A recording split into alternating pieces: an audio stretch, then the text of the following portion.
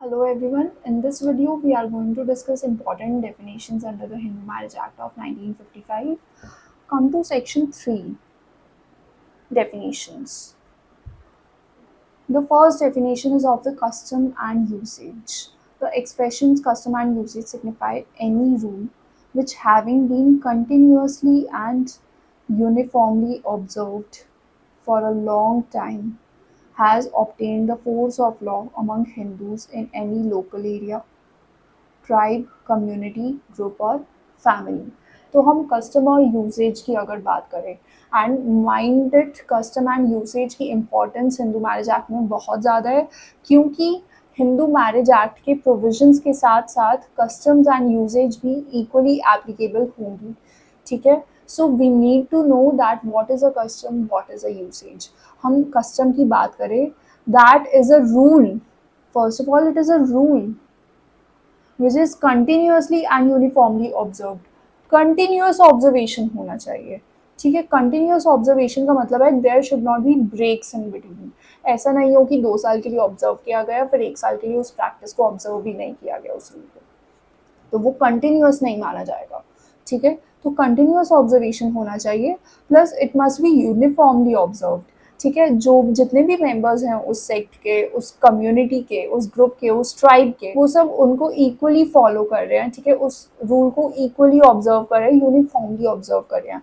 So there must be continuous and uniform application of that rule for a long time. ठीक है, long time इतना long होना चाहिए कि उनको याद ही ना हो कि उसका इंसेप्शन कब से हुआ था।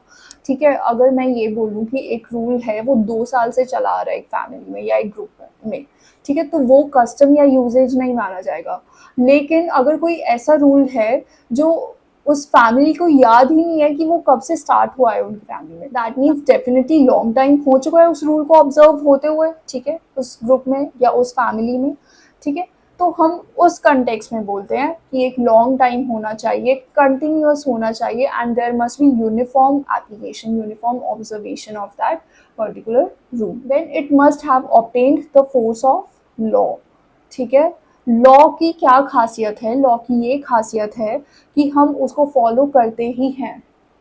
हमें पता है कि अगर हमने लॉ को फॉलो नहीं किया तो हमें पनिशमेंट मिल सकती है। ठीक है, similar circumstance should be attached with that particular custom by that tribe. ठीक है, वो ट्राइब उस कस्टम को इतना इम्पोर्टेंट मानती है कि उसको वो ऑब्जर्व अगर नहीं करेगी तो उनको लगेगा कि वो एक लॉ का ब्रीच कर रहे हैं। ठीक है, या वो किसी लॉ को वॉयलेट कर रहे हैं। तो उस कंटेक्स्ट में हम बोलते हैं कि उस कस्टम या यूसेज को एक फोर्स ऑफ लॉ मिल गया है। Then it must be applicable in any local area, tribe, community, group और family. Small sets उन पर apply होगा। ठीक है, so these are some of the features of a custom and usage, provided that the rule is certain and not unreasonable और opposed to public policy। ठीक है, इन सब रिक्वायरमेंट्स के साथ साथ इट मस्ट बी सर्टन। ऐसा नहीं है कि आज ये रूल है, कल को उसमें मॉडिफिकेशन हो गई, ठीक है, परसों उसमें और मॉडिफिकेशन हो गई और उसी की फोर्स ऑफ लॉ चली आ रही है। ठीक है, वही फिर जो वो मॉडिफाइड रूल्स हैं उसी को लोग ऑब्जर्व करें, ये नहीं होना चाहिए। ठीक है, it must be certain. With time changes हो सकते हैं, बट ऐसा नहीं है कि इतने रेगुलर चेंजेस हो कि ओरिजिनल कस्टम ही चेंज हो गया हो। ठीक है, तो वो नहीं होगा applicable. Then it must not be unreasonable. Unreasonable नहीं होना चाहिए वो कस्टम, अदरवाइज वो नहीं एप्लीकेबल होगा, हिंदू मैरिज एक्ट का प्रोविजन एप्लीकेबल होगा। फॉर इंस्टेंस, अगर किसी कम्युनिटी में बिगमी रूल है, ठीक है, या फिर पॉलीगैमी एक रूल है, तो वो अनरीजनेबल है। ठीक है, तो वो नहीं माना जाएगा। Then it must not be oppose to public policy. ठीक है, कोई भी पब्लिक पॉलिसी है अगर उसको अपोज कर रहा है कोई कस्टम, ठीक है, तो उस कंटेक्स्ट में भी वो कस्टम और यूजेज एप्लीकेबल नहीं होगा। Instead the provision of Hindu Marriage act will be applicable. Then there is a further proviso that in the case of a rule applicable only to a family, it has not been discontinued by the family। ठीक है, किसी भी point पर discontinuation नहीं होना चाहिए उस family से। अगर 1 साल के लिए डिसकंटिन्यू किया गया, मान लो कोई फैमिली है, ठीक है, उसमें कस्टम चल रहा है from the time in memorial, मान लो 10 साल हो गए उस रूल को फॉलो करते हुए, और फिर बीच में उन्होंने 1 साल के लिए ब्रेक ले लिया, तो फिर वो कस्टम एप्लीकेबल ही नहीं होगा आगे, उसके मायने खत्म हो जाएंगे। क्योंकि वो एक ब्रेक आ गया ना, एक डिसकंटिन्यूएशन हो गया उसका, उसके बाद वो वापस ऑब्जर्व भी करने लगे तो वो लॉन्ग टाइम तो रहेगा नहीं। तो इस वजह से कस्टम्स एंड यूसेज के कंटेक्स्ट में एक लॉन्ग टर्म होना चाहिए and there must be continuous and uniform observation of that particular rule. Then next definition is that of district court. District court means in any area for which there is a city civil court, that court, and in any other area the principal civil court of original jurisdiction, and includes any other civil court which may be specified by the state government by notification in the official gazette as having jurisdiction in respect of the matters dealt with in this act. So district court की definition में basically city civil court included है, plus the principal civil court of original jurisdiction भी included है, और अगर कोई और civil court जो स्टेट गवर्नमेंट स्पेसिफाई करती है वो भी आ जाएगा इसी की डेफिनेशन में. Then next definition is that of full blood and half blood.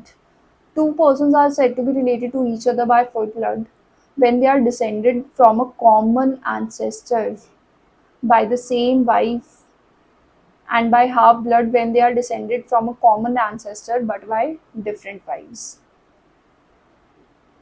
Let's discuss this in detail.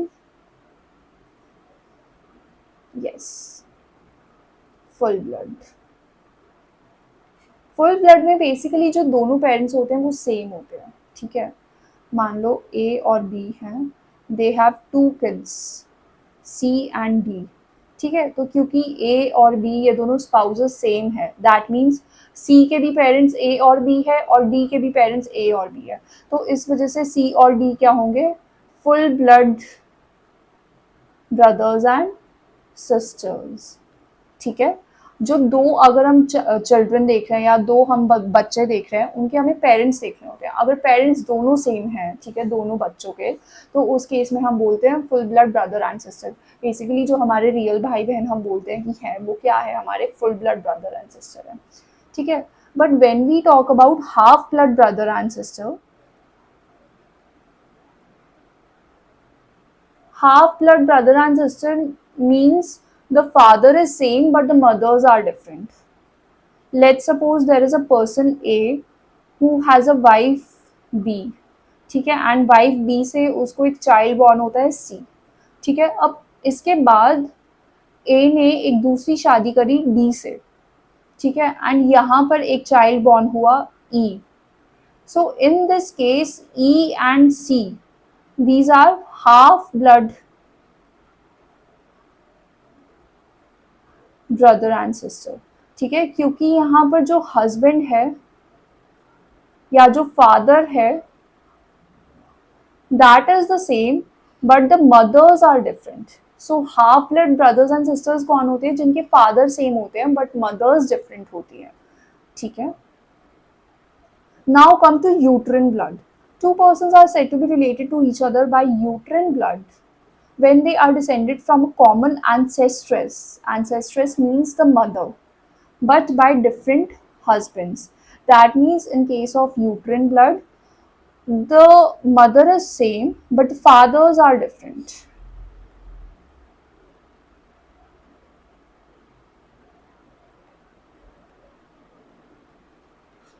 मान लो A है एक वुमन, ठीक है, उसने पहले शादी करी P से and a child Q was born, ठीक है. नाउ P died and A remarried to W, ठीक है, डिफरेंट हस्बैंड हो गया, and from this marriage a child R was born. तो अब इसमें R और Q क्या हुए, वो uterine blood brother and sister हुए.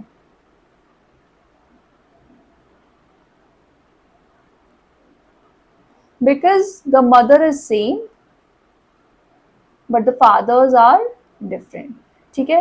ये मेजर डिफरेंस है यूट्रिन ब्लड और हाफ ब्लड में. Please remember this thing that in uterine blood the mother is same and the fathers are different, and in half blood the father is same and the mothers are different. Now coming to next definition. E, prescribed means prescribed by rules made under this act, ठीक है. F1, Sapenda relationship with reference to any person extends as far as the third generation inclusive in the line of ascent through the mother, and the fifth inclusive in the line of ascent through the father, the line being traced upwards in each case from the person concerned who is to be counted as the first generation. Please ये चीज़ थोड़ा ध्यान से समझना. This is a very important concept and very important as well. थोड़ा सा complicated है but अगर अभी समझ आ गया तो बहुत ईजी हो जाएगा. सपिंडा रिलेशनशिप. अब मान लो दो पर्सन्स हैं जिसको हमें देखना है whether they are related to each other और not. There is a person A and there is a person B. ठीक है, तो हम क्या करते हैं, हम देखते हैं कि कोई एंसेस्टर दोनों में कॉमन तो नहीं है, बट हम किस एक्सटेंट तक देखें कि एंसेस्टर कॉमन है या नहीं है. यहाँ पर एंसेस्टर का मतलब है हम दोनों के पूर्वज देखेंगे, बट किस एक्सटेंट तक देखेंगे वो समझो. हम पहले ए को देखते हैं. ठीक है, हम ए के जो फादर और मदर है उन दोनों को देखते हैं. ठीक है, अगर हम फादर को कंसिडर कर रहे हैं तो वी को 5 जनरेशन अपवर्ड्स. ठीक है, हम जिस जनरेशन को कंसिडर कर रहे हैं वो होती है हमारी first generation. Then there is a father, grandfather, great grandfather, great great great grandfather. ठीक है, a father, grandfather, great grandfather and great great grandfather. ये अगर हम देखें तो ये सेकंड जनरेशन हो गई, ये थर्ड जनरेशन हो गई, ये फोर्थ जनरेशन हो गई एंड ये फिफ्थ जनरेशन हो गई. यहाँ पर लग गया है हमारा स्टॉप. ठीक है, मतलब अगर इसके ऊपर भी कोई great great great great grandfather होते तो हम इनको नहीं कंसिडर करते. ठीक है, तो यानी कि अगर ये कॉमन एंसेस्टर होते तो हम नहीं बोलते कि ए और बी आपस में सपिंडा है. बट क्योंकि यहाँ पर जी G G F common ancestor हो सकते हैं तो हम सिर्फ इसी एक्सटेंट तक देखेंगे कि क्या ये यहाँ तक कॉमन एंसेस्टर कोई है या नहीं है. अभी मान लो हम बी की साइड से देखें. ठीक है, बी की साइड से हमने देखा, मान लो एम है, then there is this great great great grandfather, that means this only. ये दोनों persons same है. ठीक है, अब इस केस में क्या हुआ, क्योंकि ancestor same है दोनों के A और B के. ठीक है, तो हम ये बोलते हैं कि A और B आपस में सपिंडाज हैं. ठीक है, सपिंडाज का कंसेप्ट ही यही है, हमें एक कॉमन एंसेस्टर ढूंढना होता है दोनों लोगों के बीच में. ठीक है, दो लोग हैं उनके बीच में हम एक कॉमन एंसेस्टर देखते हैं जिसमें हम अगर फादर की साइड देख रहे हैं तो उसमें हम 5 जनरेशन अपवर्ड्स चाहते हैं. एंड अगर हम मदर की साइड से देख रहे हैं, जैसे हमने बी के केस में हमने मदर की साइड से देखा, तो हम 3 जनरेशन अपवर्ड्स चाहते हैं. एंड इधर से 5 जनरेशन अपवर्ड्स, इधर से 3 जनरेशन अपवर्ड्स, या फिर मान लो 5 जनरेशन अपवर्ड्स भी जा रहे हैं. कोई भी अगर एक कॉमन एंसेस्टर निकल आता है तो हम बोलते हैं कि ये दोनों आपस में सपिंडाज हैं and they can not marry each other. If 2 persons are sapindas to each other then they can not marry each other. ठीक है, एक और एग्जाम्पल लेते हैं, उससे और थोड़ा क्लियर समझ आएगा.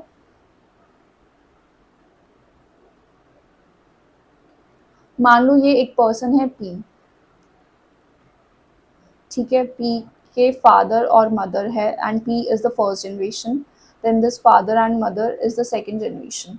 ठीक है, एक चीज़ याद रखना, मदर की साइड से हम 3 डिग्रीज अपवर्ड्स चाहते हैं एंड फादर की साइड से हम 5 डिग्रीज अपवर्ड्स चाहते हैं. ठीक है, तो मदर के भी पेरेंट्स होंगे. ठीक है, मान लो ग्रैंडफादर हो गया. ठीक है, एंड यहाँ पर हो गया G F F, then G G F F, then G G G F F, then G G G G F F, here G G F M. ठीक है, हमने कुछ नहीं किया है इसमें, हमने पी की साइड से हमने बस एक एंसेस्ट्री देखी है. ठीक है, अगर फादर की साइड से देखें तो ये सेकेंड जनरेशन है, ये थर्ड जनरेशन है, ये फोर्थ जनरेशन है, ये फिफ्थ जनरेशन है एंड ये सिक्स जनरेशन है. ठीक है, एंड हमने अभी देखा था कि हमें फादर की साइड से 5 जनरेशन अपवर्ड्स देखना होता है एंड मदर की साइड से 3 जनरेशन अपवर्ड्स देखना होता है. So one is the individual himself जिसको हम कंसिडर कर रहे हैं, जिससे हम लाइन ऑफ एंसेस्ट्री काउंट कर रहे हैं. ठीक है.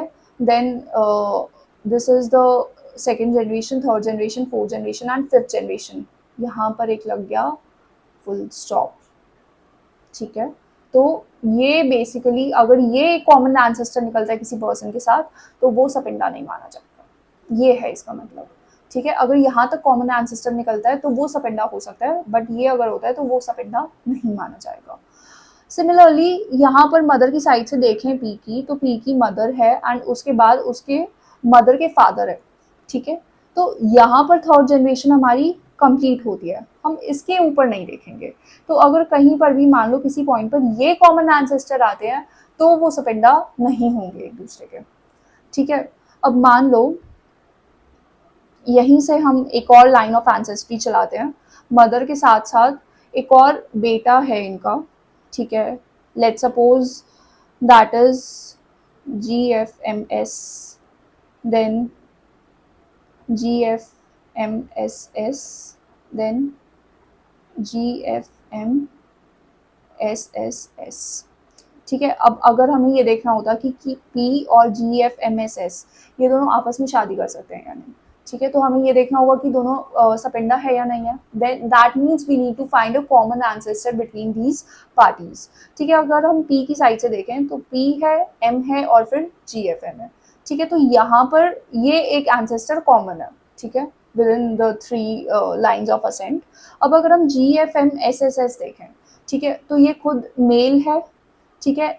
और यहाँ पर भी जो इसका जो इमीडिएट फादर है, हमें इमीडिएट पेरेंट का जो सेक्स होता है उसके अकॉर्डिंग डिटर्मिन करना होता है कि हम 5 जनरेशन अपवर्ड्स देखेंगे या 3 जनरेशन अपवर्ड्स देखेंगे. हम फादर की तरफ से देख रहे हैं तो हम 5 जनरेशन देखते हैं, मदर की तरफ से देख रहे हैं तो 3 जनरेशन देखते हैं. ठीक है. यहाँ पर क्योंकि इमीडिएट पेरेंट इनका एक मेल है. ठीक है. तो मेल के लिए हमें 5 जनरेशन अपवर्ड्स देखना होता है. That means this is 1 generation, this is second generation, this is third generation and this is fourth generation. ठीक है. तो यहाँ पर भी विद इन 4 जनरेशन आ रहा है. तो that means this is a common ancestor P and this person are sapindas to each other and they can not marry each other. ठीक है. इसका मतलब ये है. अभी एक चीज और समझो, 1 सेकेंड.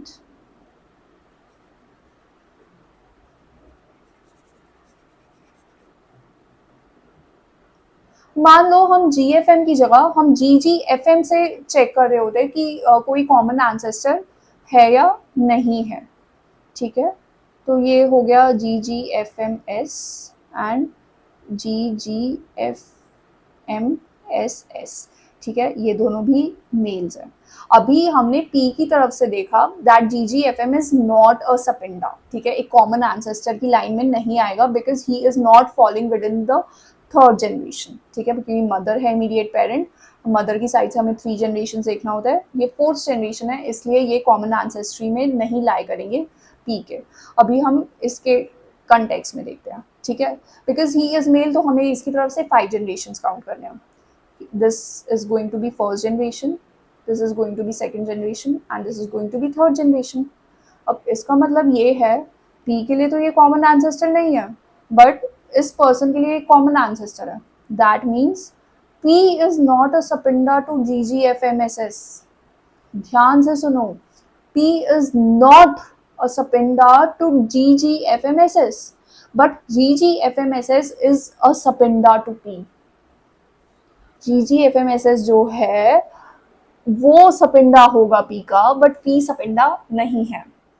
बट डेफिनेशन में हमें गिवन है that the individuals must be sapindas to each other. That means अगर एक पर्सन सपिंडा है दूसरे का और दूसरा पर्सन सपिंडा नहीं है पहले का, तब वो मैरिज वैलिड होगी. ठीक है. तो यानी कि यहाँ पर इन दोनों की मैरिज वैलिड होगी क्योंकि P तो सपिंडा ही नहीं है ना इसका, सिर्फ यही है सपिंडा P का. अगर ये दोनों आपस में एक दूसरे के सपिंडा होते हैं तभी वो मैरिज इनवैलिड होगी, otherwise the marriage is going to be valid. So this is the whole concept of sapinda. अगर समझ नहीं आया है तो इसको पॉज करके बैक करके दोबारा देखो ये वाला पार्ट. ठीक है. ये समझ आएगा, इसको बस ध्यान से देखना पड़ेगा. Two persons are said to be sapindas of each other if one is a lineal ascendant of the other within the limits of sapinda relationship, or if they have a common lineal ascendant who is within the limits of sapinda relationship with reference to each of them. वही बात हो गई, ठीक है, that the parties must be sapinda to each other. अगर वो each other दोनों ही एक दूसरे की सपिंडा है तभी वो मैरिज वैलिड नहीं होती है. Otherwise, it is considered as valid because both are not the sapindas of each other. Now, coming to next definition, degrees of prohibited relationship. Two persons are said to be within the degrees of prohibited relationship if one is a lineal ascendant of the other. ठीक है, अभी हम जो चीज़ discuss कर रहे थे ये वही है. मान लो P है, P का फादर है, देन फादर की मदर है. ठीक है, तो यहाँ पर ये जो मदर है ये P से शादी नहीं कर सकती है. ठीक है, सो दिस इज, या फिर जो P भी है वो डायरेक्टली फादर से शादी नहीं कर सकती है. ठीक है, सो अब one can not marry a lineal ascendant of the other. Next is if one was the wife और husband of a lineal ascendant और डिसेंडेंट ऑफ द अदर. ठीक है, सिंपल सी बात है, मान लो P की वाइफ है W, तो W F से शादी नहीं कर सकती है. सिमिलरली F की वाइफ है अगर M, तो M भी P से शादी नहीं कर सकती है. One can not Mary the spouse of a lineal ascendant और डिसेंडेंट. ठीक है, F का क्योंकि P एक लीनियल डिसेंडेंट है तो F P के स्पाउस से शादी नहीं कर सकता है. सिमिलरली क्योंकि F P का लीनियल असेंडेंट है तो P भी F के स्पाउस को मैरी नहीं कर सकता है. Then third is if one was the wife of the brother or of the father's or mother's brother, or of the grandfather's or grandmother's brother of the others. Let's see this in detail. ठीक है, wife of the brothers, मान लो A and B है, उनके दो बच्चे हुए. ठीक है, Y and Z. Now Y has a wife. ठीक है, दोनों ब्रदर्स हैं आपस में, तो Z जो है वो अपने ब्रदर की वाइफ को मैरी नहीं कर सकता. ठीक है, Z अपने ब्रदर की वाइफ से मैरिज नहीं कर सकता है. ठीक है, सिमिलरली मान लो ग्रैंडफादर है, उनके दो बच्चे थे, एक A था और एक B था और एक C था, नॉट B, C था, and C and A were brothers. ठीक है, तो अब C की जो स्पाउस है मान लो कि U है. ठीक है, तो Z जो है वो C के स्पाउस से भी मैरिज नहीं कर सकता है because he is the brother of his father. ठीक है, तो फादर के ब्रदर के स्पाउस से भी मैरिज नहीं की जा सकती है. सिमिलरली अगर ग्रैंडफादर का भी कोई ब्रदर होता, ठीक है, GF1, तो इसका भी जो स्पाउस होता उससे भी एक वैलिड मैरिज नहीं हो सकती थी. ठीक है, so in this context this relation and this relation will be within the degrees of prohibited relationship with Z.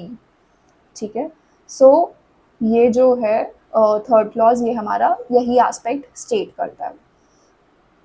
If the two are brother and sister, uncle and niece, aunt and nephew, or children of brother and sister of two brothers or two sisters.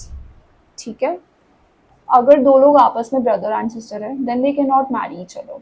Similarly if the individuals are uncle and niece, ठीक है, ताऊ से, चाचा से, मामा से नहीं marriage हो सकती है. ठीक है, similarly if the two individuals are aunt and nephew, ठीक है, दैट मीन्स बुआ से, मासी से नहीं वैलिड मैरिज हो सकती है.